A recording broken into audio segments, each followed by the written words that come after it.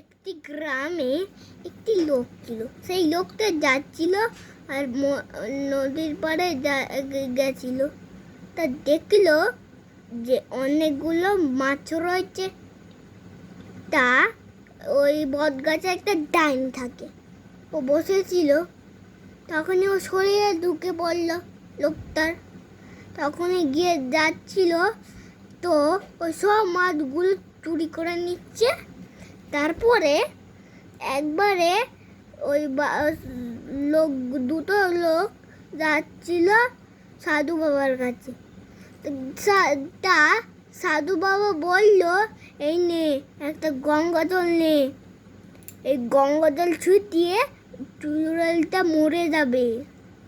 তারপর ওরা আবার গ্রামে গেল, তারপর গঙ্গা জল ছিটালো।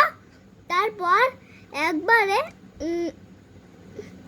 গঙ্গার জল ছিটিয়ে ডাইনি ব্যাস মরে গেল। আমার গল্প শেষ হয়ে গেল। তারপর আমরা পরেরটা নেক্সট ওয়ান দেখবো। বাই। আজ আমরা নতুন একটা চুড়ালের গল্প শুনবো।